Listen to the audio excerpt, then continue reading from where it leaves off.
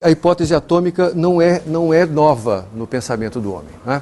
A hipótese atômica pode ser conectada com pensamentos de filósofos gregos de cerca de 500 anos antes de Cristo. Os nomes mais famosos aqui são Demócrito e Leucipo, que se perguntaram pela primeira vez se seria possível compreender o mundo que nos cerca a partir do estudo dos seus elementos constituintes. Essa ideia é a ideia que está por trás da seguinte pergunta: será que é possível eu pegar um objeto macroscópico qualquer e subdividi-lo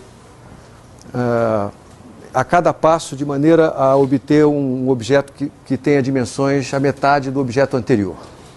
E aí eu me faço a pergunta: esse processo termina em algum lugar? Ou esse processo é indefinido? Ou seja, se eu pegar um objeto, parto ele ao meio, pego o resultado, parto ao meio de novo, e assim por diante, será que eu vou chegar a uma situação na qual vai resultar na minha mão um objeto que eu não posso partir mais, que seja indivisível?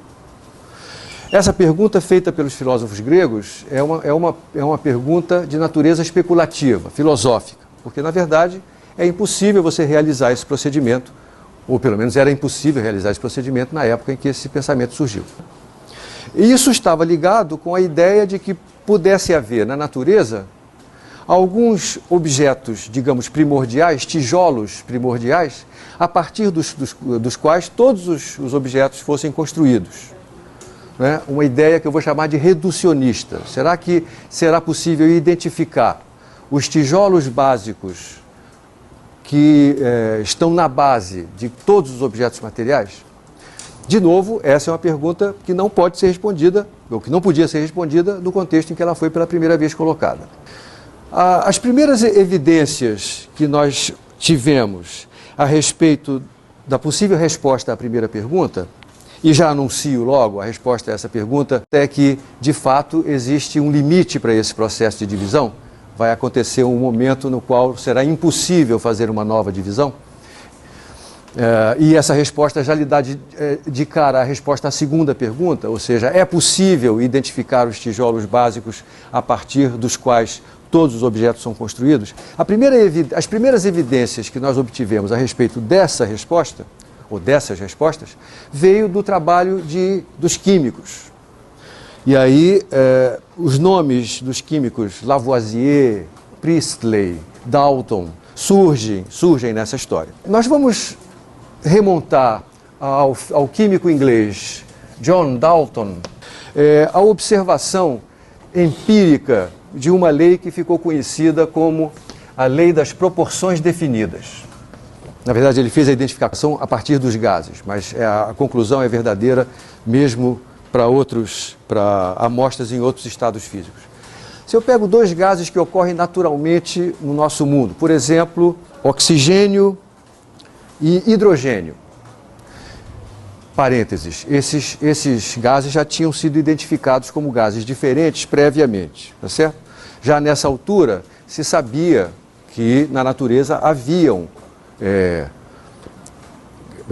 gases que eram diferentes uns dos outros. Então, se eu pego hidrogênio e oxigênio, e se eu faço esses gases entrar em contato com alguma ajuda, eles vão produzir como resultado uma terceira substância, que não é nem hidrogênio nem oxigênio.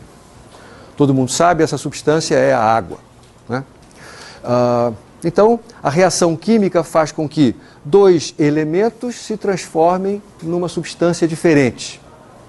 O Dalton percebeu que essas reações químicas aconteciam sempre de forma a manter as proporções entre as massas dos reagentes fixa. Eu vou te dar aqui um exemplo que eu peguei, que envolve carbono e oxigênio. Eu já vou utilizar aqui a notação moderna para representar esses elementos, né? Se você pega 3 gramas de carbono e adiciona a essas 3 gramas 4 gramas de oxigênio,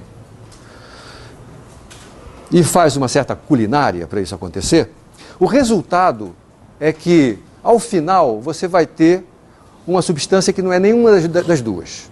Nós hoje sabemos e indicamos essa substância pelo símbolo CO. É chamado monóxido de carbono. E o resultado, quando eu faço 3 gramas de carbono reagirem com 4 gramas de oxigênio, é que eu tenho 7 gramas desse outro gás, do monóxido de carbono, e não sobra nada, não sobra nem carbono nem oxigênio. Tá?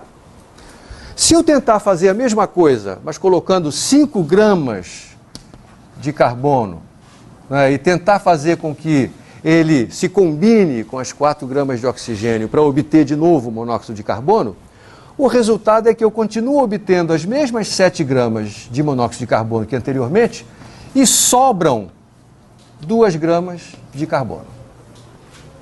Ou seja, se eu mantiver fixa a massa do oxigênio que eu quero fazer reagir, não interessa quanto de massa eu boto no carbono aqui, o resultado vão ser sempre as 7 gramas de monóxido de carbono.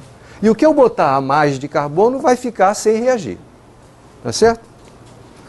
Na verdade, eu estou simplificando um pouco a história, porque se você fizer reagir as mesmas 3 gramas de carbono com 8 gramas de oxigênio, você pode obter como resultado uma substância que não é esta, que não é o monóxido de carbono, que é o dióxido de carbono. E aí você vai obter como resultado 11 gramas dessa nova substância. Tá? Então, há circunstâncias nas quais, quando eu multiplico uma das massas por um certo fator, o resultado é o consumo integral dos reagentes, só que o que sobra no final não é a mesma substância que antes. Antes, o que restava era monóxido de carbono, agora o que sobra é outra coisa, que é o dióxido de carbono. Este fato foi chamado de lei das proporções múltiplas. Eu falo de proporções definidas quando eu me refiro ao fato de que eu tenho 2 reagentes formando um único composto no final, e eu tento manipular a quantidade desses reagentes, né? Eu vejo que não é possível eu obter uma proporção diferente desta inicial. Eu poderia, por exemplo, fazer reagir 6 gramas de carbono com 8 de oxigênio. Isso seria possível. E o resultado seriam 14 gramas de monóxido de carbono. Outra vez, as proporções bem definidas. Para cada 3 gramas de carbono, eu tenho que fazer reagir 4 gramas de oxigênio e o resultado são as 7 gramas de monóxido de carbono que eu estou dizendo aí. É possível, no entanto, multiplicar uma das massas por um fator, mas aí eu obtenho como resultado não mais o monóxido de carbono, mas uma outra substância. Lembre que, por volta do ano 1800, a identificação desses produtos não era uma coisa trivial, não era uma coisa muito simples, né? E esse fator, o fato de que havia essa possibilidade de múltiplas proporções, provocou celeuma, né, na comunidade científica, porque não se entendia direito por que aconteciam essas duas possibilidades. Dalton foi o primeiro a anunciar que este fato podia ser explicado se a gente entendesse a natureza como composta por átomos. E aí ele diz assim, olha, se eu imaginar que a substância que nós chamamos de carbono é composta por átomos de carbono, indivíduos, né? E que a substância oxigênio é formada por indivíduos, átomos de oxigênio, então fica fácil de entender por que a lei das proporções definidas é verdadeira. Não é verdade? Porque cada átomo de carbono se junta com um átomo de oxigênio para formar essa nova substância, né? E, portanto, não há outra possibilidade. Se eu colocar mais átomos de carbono aqui, mas não mudar a quantidade de átomos de oxigênio, não vão haver átomos de oxigênio para se ligarem a esse excesso de átomos de carbono e, portanto, eles ficam sobrando. Tá certo? Quer dizer, se eu supuser como verdadeira a hipótese atômica, a hipótese de que os elementos são constituídos por átomos, então fica fácil justificar a ocorrência da lei das proporções definidas. Se ao mesmo tempo eu usar essa mesma hipótese para apoiar o fato de que uma nova substância formada dos mesmos reagentes básicos pode acontecer por uma combinação diferente desses átomos, que é o caso do dióxido de carbono, onde um átomo de carbono agora se conecta com 2 átomos de oxigênio e não mais com um, então fica fácil de entender por que a proporção de oxigênio tem que ser dobrada para que eu obtenha o consumo total dos reagentes. Porque agora, para cada 2 átomos de oxigênio, eu consumo 1 átomo de carbono. Veja que essa é uma evidência bastante indireta a respeito da veracidade da hipótese atômica. Não é à toa que por volta dessa época, muitos cientistas não acreditavam nesta explicação, né? Na verdade, você pode dizer, se eu supuser a hipótese atômica verdadeira, então, como consequência, as leis de proporções definidas e proporções múltiplas aparecem como resultado natural dessa hipótese. Mas a recíproca não é verdadeira. Quer dizer, se eu identifico a presença dessas leis, não é óbvio que elas só podem ser explicadas por essa hipótese. E, de fato, várias outras hipóteses foram tentadas. Importa a gente tentar, a partir das hipóteses formuladas, obter outras consequências e comparar essas consequências com o que acontece na natureza. Tá certo? De fato, a única que sobrou foi essa. Aqui vale uma nomenclatura, né? Veja que eu estou começando a chamar essas substâncias, né, que aparecem nesse símbolo que representa uma reação química, isso aqui eu vou chamar de elementos. Então, uma substância que é formada por apenas um tipo de átomo, eu vou chamar de um elemento. Essas substâncias formadas por mais de um átomo diferente, eu vou chamar de molécula. Só que se eu tenho um conjunto de átomos que é estável, eu chamo isso de uma molécula.